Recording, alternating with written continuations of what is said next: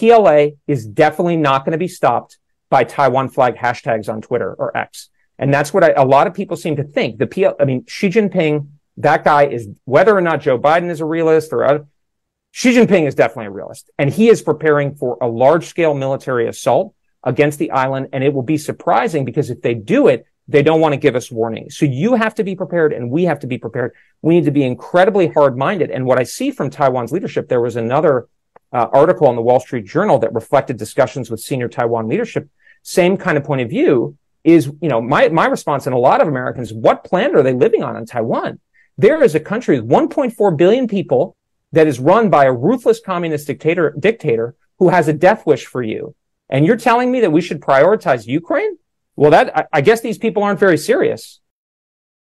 And distracting the United States in another theater. And the problem is that the United States is not what it was in 1999, economically, militarily. 30 to 40% of our attack submarines, which are absolutely essential for a defense of Taiwan, are in maintenance at any given time. We spend almost $1 trillion and we can't produce artillery ammunition as well as the Russians can. So we can't do everything and we have to make choices. My argument is we should make choices for Taiwan's defense, not because I'm out of favor to you, but because I think that's the most in our own interest. And so it's very difficult when I present that argument to help Taiwan by saying we should give Taiwan weapons first. We should give Taiwan attention to the defense industrial base first. We should give Taiwan money first. And then I have the Taiwanese government saying, oh, no, you should support Ukraine. The number one argument I get when I'm trying to help Taiwan defend itself from a Chinese invasion that Xi Jinping is not even denying they're planning is to hear from the government in Taipei that they have a different view. Well, and it also suggests something about the resolve of the people on Taiwan. And I want to stress that the American people are very tired of war. We've made a lot of mistakes, so I'm not saying that we're right about everything. But Americans, including Republicans, are not in an interventionist mood, and fighting a war with China is a big deal.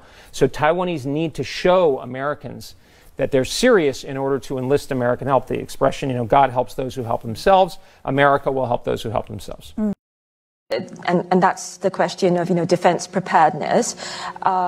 The Pentagon, in particular, the Secretary of Defense, Austin, has described the Indo-Pacific as its priority theater. But of course, what's been in the media a lot recently has been the conflict in Europe, as well as the conflict raging in the Middle East. To what extent do these conflicts impact defense preparedness in the Indo-Pacific? Up to this year, where most of the employment of weapons were really artillery pieces and short-range weapons, I had said not at all. But now with some of the Patriots that have been employed, some of the air-to-air missiles that have been employed, it's now eating into stocks. And to say otherwise would be dishonest. Eating into whose stocks? Into the stocks of the United States of America. And the high-end capability of the United States of America. And if there are X inventory of the United States of America, which is fungible across all theaters in the United States of America, that can be applied equally across any contingency across America, none are reserved for any particular theater, but any can move with alacrity to any theater.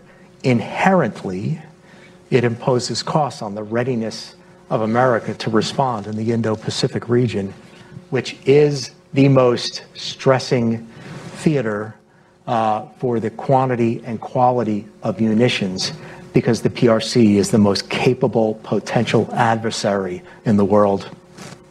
So should Taiwan be concerned, for instance? I mean, there was talk about how support for Ukraine was diverting weapons from Taiwan. Is this a concern to you?